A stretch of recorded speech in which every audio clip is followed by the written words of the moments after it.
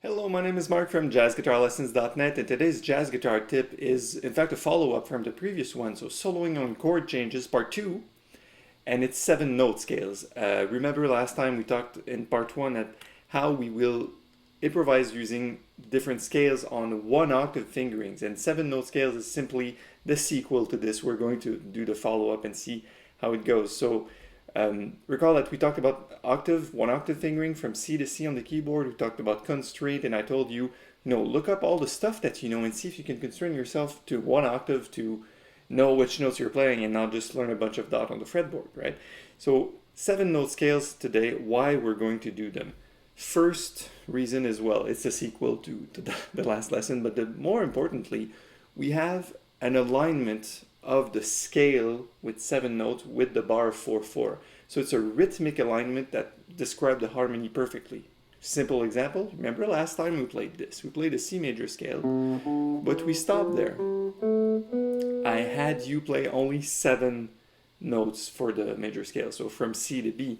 And if we look at this in terms of this being on a C major 7th chord, the beats in the bar 4/4. I omitted the time signature here, but you can imagine this is the first beat, this is the second beat, this is the third beat, and fourth beat, and so on.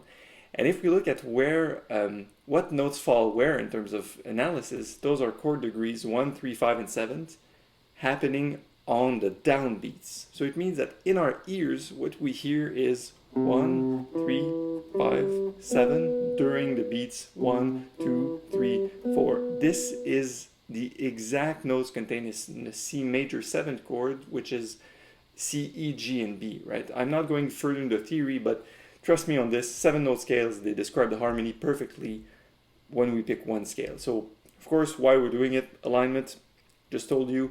Second reason is 1 7-note scale per chord is way more than enough than anything you need on tune. So you look at one tune, you look at the chart, you look at the chord symbol, and you say, hey, which scale goes on that chord symbol? You learn a 7-note scale, and that's all you need, in fact, to improvise on it. So it's a skeleton, a backbone for all your improv. After all licks that you want to construct, it will come from that scale choice that you will make. So in summary, all of this it comes only from 1 octave fingerings, exactly how we learned last time. So we'll see how to apply this on 2/5/1s. Which, as you may know, the most important scale, most important chord progression in jazz, right?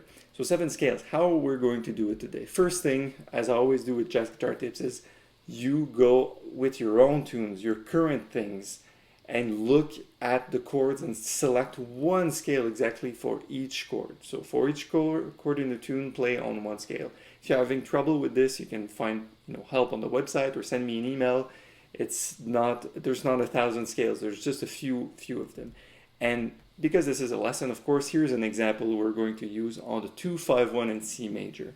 So the 2/5/1 is a timeless progression. It's on almost every jazz standard and a lot of jazz compositions. So let's see how we can play scales, 7-note scales that align perfectly with the bar 4/4 that describe perfectly the chord tones and how to play them. Here it is. Voila. Let's play this together in the exact fingerings they're written.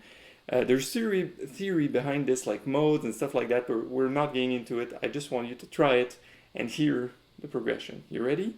1, the 2, 1, 2, the 3, 4, D minor 7, G7, C major 7, 3, 4, again.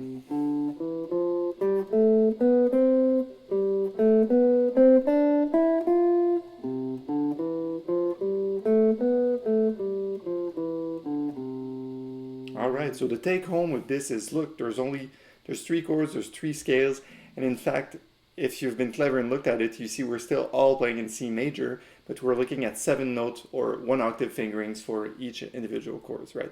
So if you're curious about this, of course, there's a painless scale position course that was devised by yours truly. It's an amazing video course with a lot of videos, assignments, and indeed, we take 7-note scales and we outline the 2/5/1 as we just did, but in all keys and in all positions on the guitar. So it's a monster course. I'm telling you, you're going to play all the materials you need to improvise for real after knowing all this stuff. There's a lot of students that have taken it from all levels, from all over the world, all countries, and it's rated as 5-star reviews, as I told you last time also. So jump on it if you want to learn more about 7-note scales and soloing on chord changes. Now, what we're going to do next time in part 3, in our final part, is basically the same process, but we'll be looking at arpeggios. So same as we learn one scale for each chord, we can learn one arpeggio for each chord, and we'll see how this ties into our knowledge of 1-octave fingering, 7-note scales. Between now and then, what you should do again is practice on progressions that you know. Find your 1 scale per chord. Rule of thumb, 4/4 time. If the chord is 1 bar, you go ascending to the 7th, as the D minor 7 and the G7 from the previous slide. Or if the chord lasts 2 bars, 8 beats, such as the C major in the previous example, you go up to the 7 and back down. So until next time, I'm Marc from jazzguitarlessons.net. Improve your jazz guitar playing with a real teacher, and I'll see you in part 3. Take care.